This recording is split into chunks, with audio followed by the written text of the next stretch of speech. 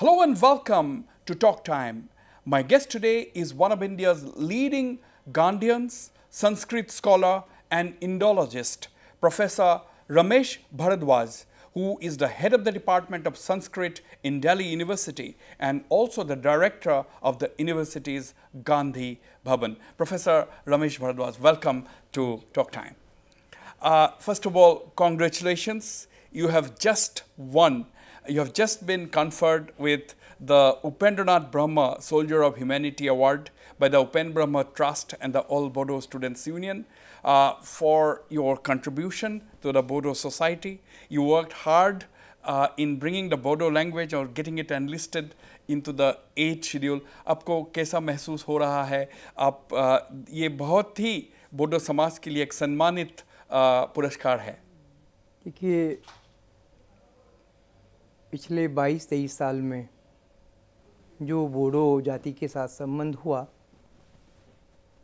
और उनके साथ जो काम किया, उनकी भाषा, संस्कृति, साहित्य के लिए, वो एक किसी भी एक जो भारत का सभ्य नागरिक है, जो हिंदुस्तान की प्रगति चाहता है, और हम लोग जो गांधीयन मिशनरीज़ हैं, तो हमारा तो मिशन यही है कि अपने समाज के जो उपेक्षित वर्ग हैं उनको राष्ट्र की मुख्य धारा में लाते हुए उनके विकास की और उनकी समृद्धि का काम करना। पर ये उन्होंने पुरस्कार दिया, ये उनका बहुत धन्यवाद। मगर उससे मुझे अधिक अब ये लगने लगा है कि मेरी जो रिस्पॉन्सिबिलिटी है एक मिशनरी या वर्कर के रूप में वो अब ज़्यादा बढ़ गई है। तो ये एक सिंबॉलिक नहीं है भारद्वाज जी, आपने जो किया है, आपने 2004 में, अगर मैं गलत नहीं हूँ, तो आपने बोडो लोकगीत जो है करीबन 200 लोकगीत का आपने हिंदी में ट्रांसलेट किया, आपने पुस्तक छपाई। You have taken lot of trouble in collecting, first of all, collecting these traditional Bodo folk songs and then translating it. So ये करने में आपका मतलब, do you think that this is bringing the small ethnic languages into the national mainstream? यही आपका उद्देश्य था या किस उद्देश्य ने आपने ये किया? देखिए, ऐसा है कि बोडो फोक सॉन्ग्स को लेकर एक किताब पहले गुवाहाटी यूनिवर्सिटी से पब्लिश हो चुकी थी, छोटी किताब थी, उसमें हम लेस देन 100 फोक सॉन्ग्स थे, मगर इसमें हमने करीब 200 फोक सॉन्ग्स को कलेक्ट किया। होता क्या है कि पिछले 100-200 सालों में हम कर क्या रहे हैं, और ख़ास करके पिछले 70 सालों में हम इस देश की जो भावात्मक एकता है, इमोशनल इंटेग्रिटी, उसको अंग्रेजी के माध्यम से करना चाहते हैं। अगर आप देखेंगे तो हिंदुस्तान में जो आज़ाद हुआ तब ये 1% थे अंग्रेजी जानने वाले, बोलने वाले, और 70 साल में उनकी संख्या 5% हुई है। तो आज भी जो 95% समाज है हिंदुस्तान का, वो भारतीय भाषाओं में जीता है। और भारतीय भाषाएं कोई केवल भाषा नहीं है, वो अपनी अपनी कम्युनिटी की जो पिछले हजारों लाखों सालों की ट्रेडिशंस हैं, संस्कार जिसे हम लोग बोलते हैं, उन संस्कारों को समेटे हुए उनका साहित्य है। इसलिए हिंदी के माध्यम से, क्योंकि आज भी अगर आप देखेंगे तो 70% जो हमारा लिंग्विस्टिक पूरा एरिया है वो हिंदी भाषा के नज़दीक की भाषाओं का है। अगर हम कोई भी काम अंग्रेजी में करते हैं तो हम सिर्फ 5% लोगों के लिए काम करते हैं। जब हम हिंदी में काम करते हैं तो वो 70% जनता तक पहुंचने का एक रास्ता बना देता है।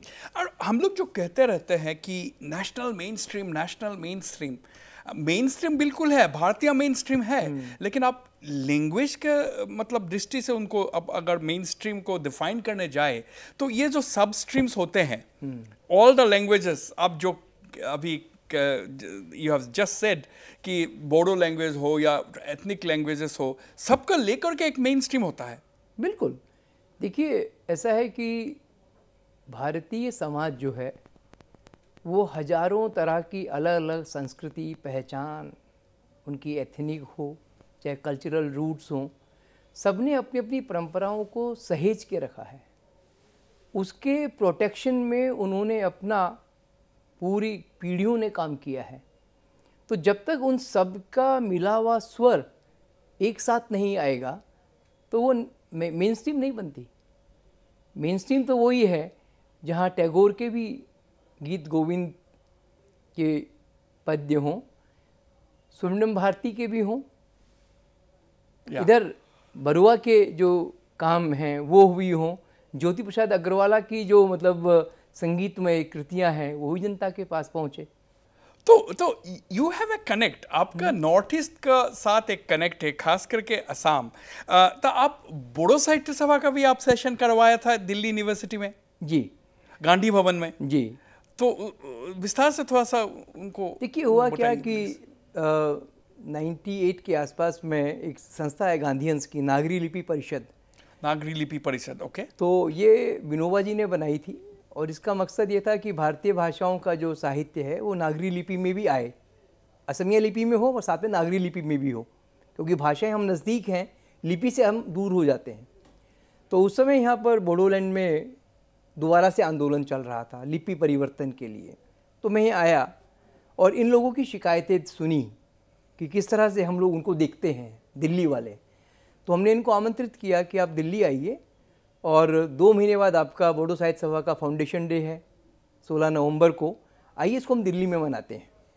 ये लोग दिल्ली आए और हमारे प्रिय नेता मुरली मनोहर जोशी जी ने, उसकी HRD मिनिस्टर थे वो जी, हमने उनसे एक रिक्वेस्ट की, सर एक पुण्य कार्य में आपको आना है, राष्ट्रीय अनुष्ठान है। वो आए और उसके बाद तो मतलब बोडो साहित्य सभा के कई हम लोगों ने सेमिनार, अधिवेशन दिल्ली में करवाए। उसके बाद तो हाल ही में जब आपको ये Upendra Nath Brahma soldier of humanity award दिया गया था, आप गुवाहाटी, मैं भी था उस प्रोग्राम में, गुवाहाटी का एक डेस्टिनेशन ITA माचकुआ में ये प्रोग्राम हुआ था।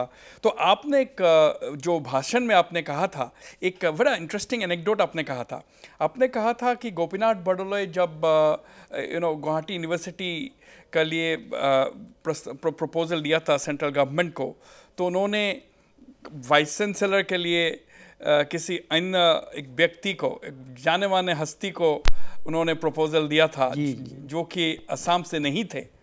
तो उन्होंने जब कहा कि नहीं, मैं नहीं जाऊंगा, क्योंकि आप असमिया, एक असम का सोसाइटी से एक स्कॉलर आप लीजिए, क्योंकि so that he can be an inspiration to the people. ये थोड़ा सा दोहराइए मेरा दर्शकों को लिए। हुआ कि 30s में जब गोपीनाथ बरदोलोई ने गुवाहाटी यूनिवर्सिटी बनाई, पहली बार वो प्राइम मिनिस्टर बने, तो उनकी संकल्पना थी सब बच्चे कलकत्ता पढ़ने जाते हैं असम के लोग, तो गुवाहाटी यूनिवर्सिटी होनी चाहिए। तो उन दिनों काका साहब कालेलकर, मेरे टीचर, मेरे आचार्य गांधीयन, वो गांधी जी की यूनिवर्सिटी के वाइस चांसलर रह चुके थे, गुजरात विद्यापीठ के दोस्त थे दोनों अच्छे। तो उन्होंने गांधी जी को कहा कि मैं काका साहब कालेलकर को गुवाहाटी यूनिवर्सिटी का फर्स्ट वाइस चांसलर बनाना चाहता हूँ।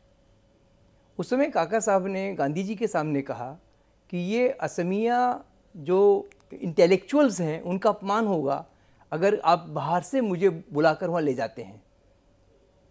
तो वाइस चांसलर जो होता है वो यंग जनरेशन जो सोसाइटी है उसका प्रेरणा का एक स्रोत होता है, वो इंस्पायरेशनल एक फोर्स होती है, सोर्स होती है। तो फिर गोपीनाथ जी ने देखा और प्रोफेसर हंडिक को फर्स्ट वाइस चांसलर बनाया।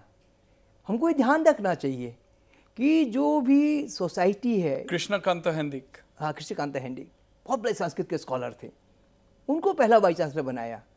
और आज गुवाहाटी यूनिवर्सिटी अगर नेशनल इंटरनेशनल स्टैंडर्ड्स को लेके इतना डेवलप है तो इसलिए क्योंकि पूरे उस समय का जो ज्वाइंट आसाम था विद 7 सिस्टर्स, उन सबको उन्होंने एक एकेडमिक जो एक इन्वायरमेंट था आसाम का वो क्रिएट करने में उन्होंने बहुत बड़ा योगदान किया। Absolutely. Absolutely. We'll go for a short break. On that note, don't go away. I'll be right back. I'm in conversation with well-known Gandhian and Sanskrit scholar, Professor Ramesh Bharadwaj.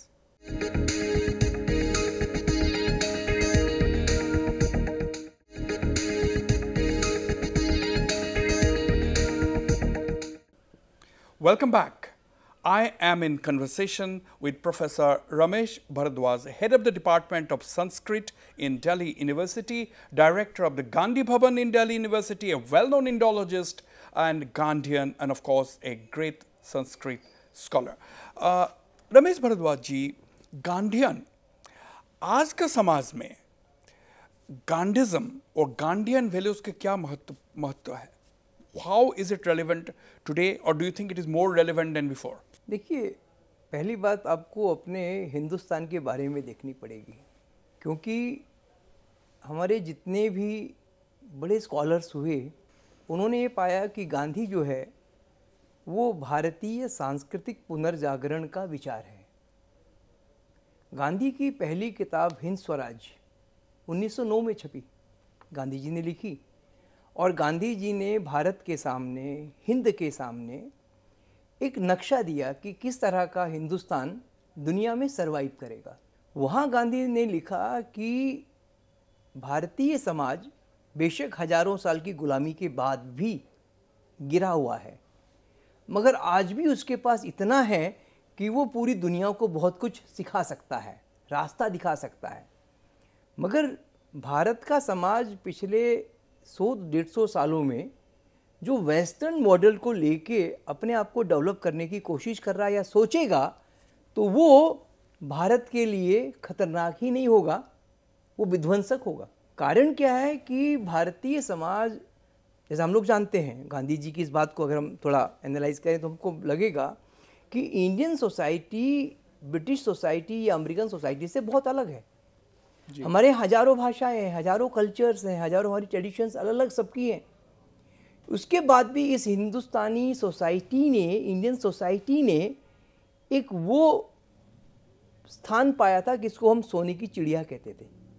मगर हजारों साल की गुलामी के बाद, 1000-1200 साल की गुलामी या विदेशी दास्ता के अंदर वो अपना उसने रूप खो दिया। तो उसने क्या खोया?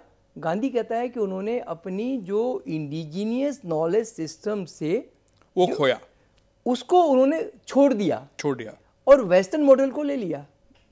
आज पूरी दुनिया उसी वेस्टर्न, जो गांधी ने कहा था, यानी दुनिया की ऐसी कोई यूनिवर्सिटी या स्कॉलर नहीं है जो गांधी की इस बात से सहमत नहीं है। लेकिन भारद्वाज जी, सॉरी टू इंटरप्ट यू, मुझे एक बात की उत्तर अभी तक नहीं मिला कि Gandhi as a subject in the educational institutions in India ये क्यों नहीं है? क्यों गांधी सब्जेक्ट नहीं हो सकता है इंडियन यूनिवर्सिटीज में, general across the board? I am not talking about specific universities. कोई एक यूनिवर्सिटी है गांधी का ऊपर सब्जेक्ट पढ़ा रहा है, एक डिग्री दे रहा है, दैट्स एन अलग बात है। But why is Gandhi not a subject in the Indian institutions? क्योंकि आप थाईलैंड में देखिए, वेस्टर्न वर्ल्ड में देखिए, गांधी के ऊपर इतना रिसर्च हो रहा है, Gandhi is a subject, but why is it not in India? ये मेरा सवाल है आपसे। देखिए, इसमें क्या है कि हमारी जो पिछले 70 सालों में एजुकेशन सिस्टम रहा, इसमें भारत कहीं नहीं है। आप केमिस्ट्री पढ़ाते हैं वेस्टर्न, आप फिजिक्स पढ़ाते हैं, सोशल साइंसेज में आप हिस्ट्री पढ़ा रहे हैं, पॉलिटिकल साइंस पढ़ा रहे हैं, आप हिंदी या असमिया लैंग्वेज पढ़ा रहे हैं। इन सबको पढ़ने का आपने जो एक मैकेनिज्म डेवलप किया हुआ है एकेडमिक, वो पूरी तरह से मार्क्सिस्ट या वेस्टर्नाइज है। ये जो आप कह रहे हैं मार्क्सिस्ट इन्फ्लुएंस और leftist influence in Indian education, ये आपका क्या मानना है? ये नेहरू का समय से शुरू हुआ या बाद में शुरू हुआ? इंदिरा गांधी के समय से शुरू हुआ? कब शुरू हुआ? इसके लिए क्या कांग्रेस पार्टी जो कि भारत में ज़्यादा समय शासन में रहे, अब कांग्रेस सरकार को, कांग्रेस पार्टी को आप क्या दोष देंगे? देखिए, पंडित नेहरू वेस्टर्नाइज थे, देयर इज़ नो डाउट। मगर नेहरू की अगर आप किताबें देखें, हिंदुस्तान की कहानी या उनकी जो वर्ल्ड हिस्ट्री पे जो किताब है, इन सब साहित्य को पढ़ने के बाद आप पाएंगे कि नेहरू एक बहुत बड़ा नेशनलिस्ट बट वेस्टर्नाइज। नेशनलिस्ट था लेकिन वेस्टर्नाइज। ओके, ये प्रॉब्लम सारे उन 1% लोगों की थी जब देश आज़ाद हुआ, जब देश का संविधान बना। ये सारे 1% जो अंग्रेजी पढ़े लिखे लोग जिन्होंने संविधान बनाया, देश के लिए भविष्य की योजनाएं बनाई, सारे वेस्टर्नाइज थे। और ये भूल चुके थे विवेकानंद के शब्दों को कि हिंदुस्तान को, या गांधी के शब्दों को कि हिंदुस्तान को हिंदुस्तानी इंडिजिनियस नॉलेज सिस्टम से आगे बढ़ाना है। मगर क्या हुआ कि नेहरू जी के समय में जो कोई इंडियन साइंटिस्ट थे, स्कॉलर्स थे, जिसने जो मांगा नेहरू ने दिया, उनको डेवलप करने का पूरा मौका दिया। जैसे एक एग्जांपल दूंगा कि भाई हम आज़ाद होंगे तो हमारा कैलेंडर क्या होगा, क्या जॉर्जियन कैलेंडर होगा, इंग्लिश कैलेंडर होगा, इंडियन कैलेंडर नहीं होगा। तो मेघनाथ साहा एक बड़े साइंटिस्ट थे, उनकी कमेटी बनाई नेहरू ने और इंडियन कैलेंडर सिस्टम शक वाला उनसे बनवा के उसको नेशनल कैलेंडर बना के दिया। मगर हुआ क्या कि जब इंदिरा जी जब पावर में दोबारा आई 71, उस समय जितने भी मार्क्सिस्ट एलिमेंट्स थे उन्होंने कांग्रेस ज्वाइन की। कांग्रेसी बन के उन लोगों ने पूरी तरह से जो इंडियन एजुकेशन सिस्टम है, नहीं रशियन इन्फ्लुएंस कहिए आप, मेरी अपनी जो रिसर्च पूरी है, जो इसकी मेरी समझ है वो ये है कि उस समय का जो सोवियत यूनियन था, जो रशियन कम्युनिस्ट पार्टी थी, जिसके एजेंट्स हमारे यहाँ थे, आज तक वही है। आज भी अगर आप देखेंगे, अगर हिंदी साहित्य पढ़ा रहे हैं, असमिया साहित्य पढ़ा रहे हैं, मगर आप कौन सी दृष्टि पढ़ा रहे हैं? मार्क्सवादी दृष्टि से पढ़ा रहे हैं। आप उसके Indian socio economic conditions, Indian socio culture conditions ये कैसे हुआ, कौन जिम्मेदार है इसके लिए? उस समय के जो शिक्षा मंत्री बने, उस समय जो देखिए सोसाइटी में एजुकेशन जो सब्जेक्ट है वो सोशल साइंस का है।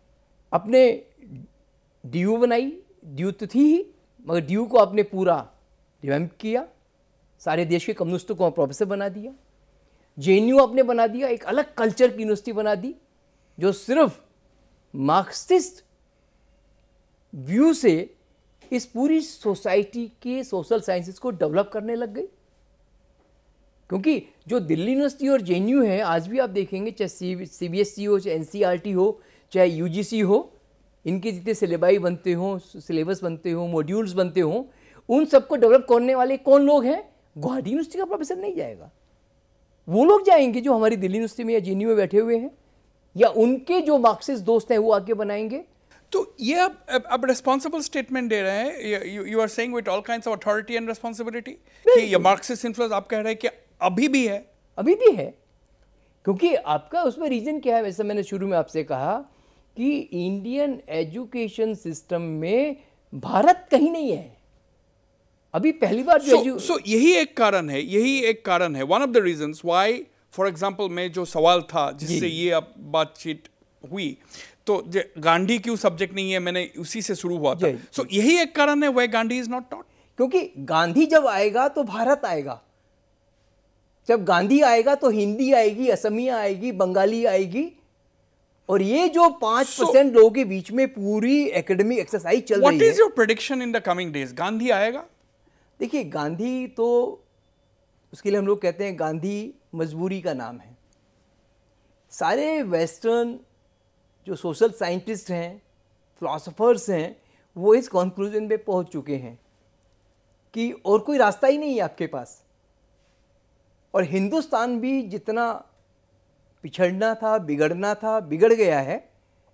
इसको भी अगर आपको, क्योंकि यह प्रॉब्लम क्या है कि हम लोगों को जो एजुकेशन दी जा रही है, जो हमको एजुकेशनल मॉडल बना के सामने दिया जा रहा है, वो हमारी जनरेशन को समाज से नहीं जोड़ रहा है। ये जितनी यूनिवर्सिटीज़ हैं, जितनी आईआईटीज़ हैं, आईआईएम्स हैं, जितने मेडिकल कॉलेजेस आप बना के बैठे हुए हैं, ये सिर्फ मल्टीनेशनल कंपनीज के लिए, जो ईस्ट इंडिया कंपनी ने पहले किया था, अब मैकाले को गाली देते हैं, ये सब आप विदेशी, आज हमारा गुवाहाटी यूनिवर्सिटी का, दिल्ली यूनिवर्सिटी का स्टैंडर्ड का पैमाना क्या रखते हैं आप, कि आपके यहाँ कितना करोड़ में प्लेसमेंट हुआ। आप कभी ये नहीं देखते कि दिल्ली यूनिवर्सिटी ने या गुवाहाटी यूनिवर्सिटी ने प्लेसमेंट का अमाउंट नहीं, आईआईटी दिल्ली या आईआईटी गुवाहाटी का प्लेसमेंट का अमाउंट नहीं, हमें ये देखना है कि गुवाहाटी आईआईटी के आसपास के जो 200-300 गांव हैं, जहाँ जो हमारी गरीब जनता है, उसको हम कैसे डेवलप करेंगे, उसको कैसे हम खड़ा करेंगे। Absolutely, these are indeed big food for thought. What is the real contribution of universities in India, whether they are catering to the multinationals, as Professor Ramesh Bharadwaj has said. We'll continue this conversation. I'll go for another short break. Don't go away. I'll be right back.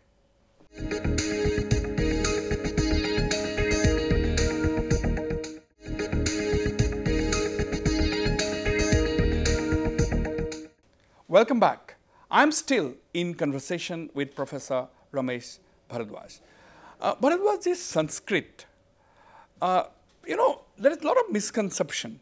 Sanskrit as प्राचीन एक language है, you know, but for a section of people why is, आपको क्यों लगता है कि languages like Sanskrit, languages like Urdu, why is it linked to religion? कोई कई लोग ऐसे भी होता है, कमेंटेटर्स ऐसे भी होते हैं, इनको रिलीजन के साथ भी जोड़ देते हैं. Then what about the development of Sanskrit? Lot of people will ask, अरे अभी तो मॉडर्न हो गया, we are in the 21st century, Sanskrit पढ़ के क्या होगा? So these are some of the issues, you know, in the we are getting bombarded with the Western culture. So what is the future of languages like Sanskrit, and how can you get rid of these controversies by small section of people? देखिए, 3-4 sentence में इसका answer आता है, लंबा नहीं है. पहला क्या है कि संस्कृत क्या है? भारत की आत्मा है. भारत की आत्मा का मतलब ये है कि पिछले हजारों लाखों सालों में जो इंडियन सोसाइटी ने इंटेलेक्चुअल नॉलेज सिस्टम दिया है वो सारा संस्कृत में है. एक चीज़. सेकंड क्या है कि आज हिंदुस्तान में मोर देन 30 मेजर लैंग्वेजेस हैं, इंक्लूडिंग असमिया, बांग्ला, हिंदी. इन भाषाओं का संस्कृत के बिना एग्जिस्टेंस नहीं है. Sanskrit is the anchor, is the link. Link नहीं है, बेस है. बेस वो दो तरह से है.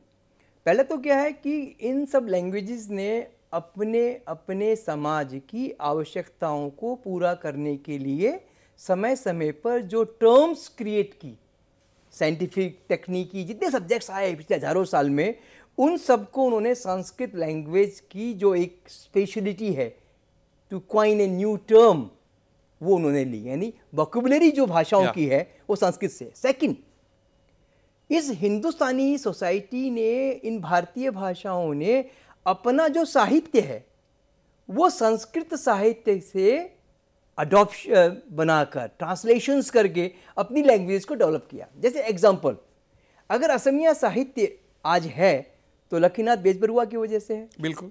अगर लक्ष्मीनाथ बेजबरुआ संस्कृत के, कालिदास के, भभूति के, शेक्सपियर के उन सब नाटकों को कलकत्ते में नहीं प्रिंट कराते, उसको ट्रांसलेट नहीं करते, असमिया साहित्य खड़ा नहीं होता.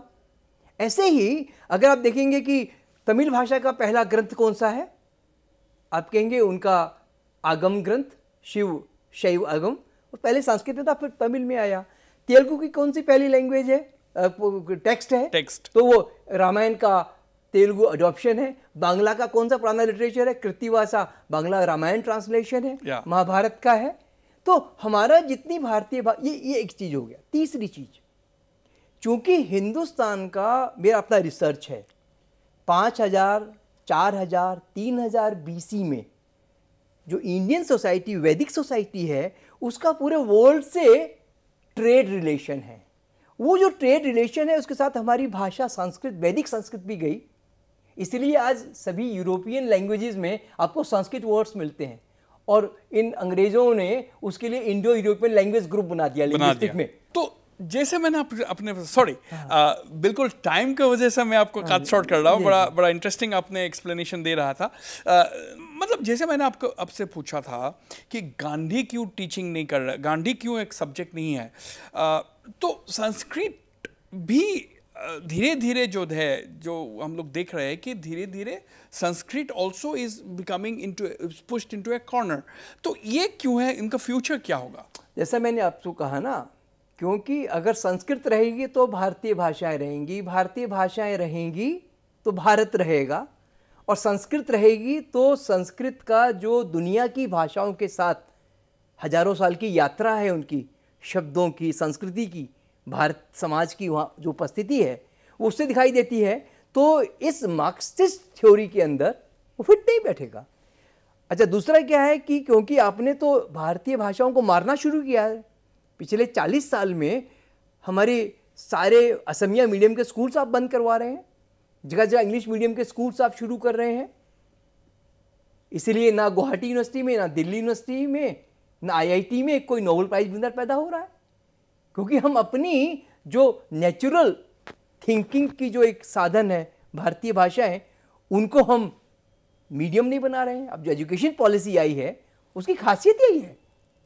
बट ट्रू, बट ये जो डिबेट चलते रहते हैं, यू नो, अभी हिंदी को लेकर के, हिंदी हमारा राष्ट्रभाषा है, बट इन साउथ इंडिया में जाइए दैट क्लैश, यू नो, ये इसका क्या समाधान हो सकता है?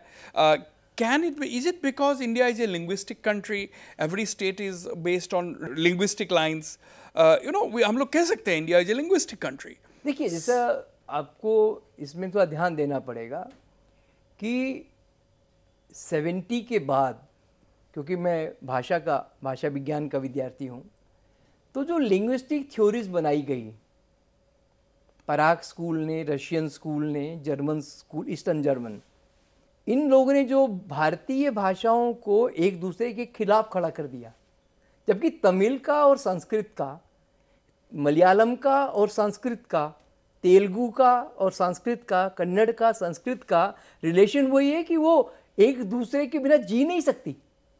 मगर आपने इस तरह का माहौल पैदा, दिस इज द पॉलिटिकल, और ये जो पॉलिटिक्स है जो इस देश में चल रही है, वो इस देश को जोड़ने वाली, एक करने वाली, आपस में इमोशनल इंटीग्रिटी बनाने वाली नहीं बन रही है।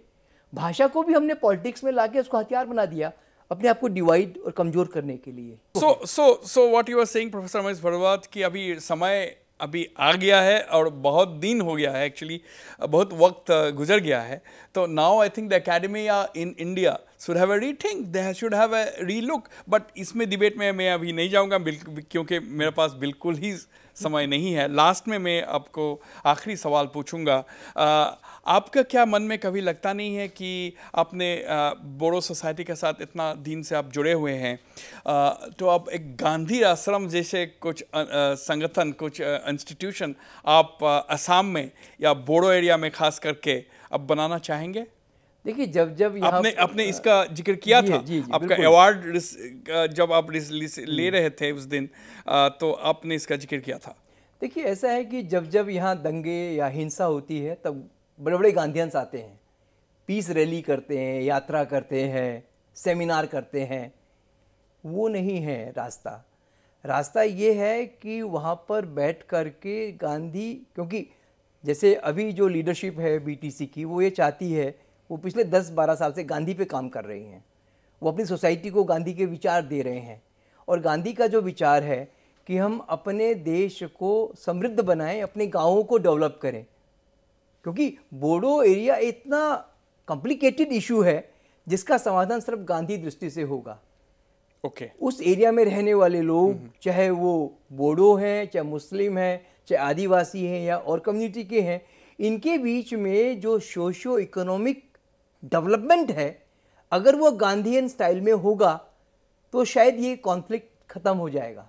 तो मुझे लगता है कि वहाँ पे हमको काम करना चाहिए, और वहाँ पर बोडो गांधी आश्रम बना के जो गांधीयन फिलॉसफी की प्रिंसिपल्स हैं वो अपनी यंग जनरेशन को देने की बहुत ज़रूरत है। Absolutely, on that positive note मैं चाहता हूँ, हम लोग सभी चाहते हैं कि आप आए and you can give a push to this remarkable institution in Assam, and this can be, as you are wishing, this can be in the Bodo heartland of Assam. Ramesh Bharadwaj ji, हमको समय देने के लिए बहुत बहुत शुक्रिया. Thank you very much indeed. Thank you.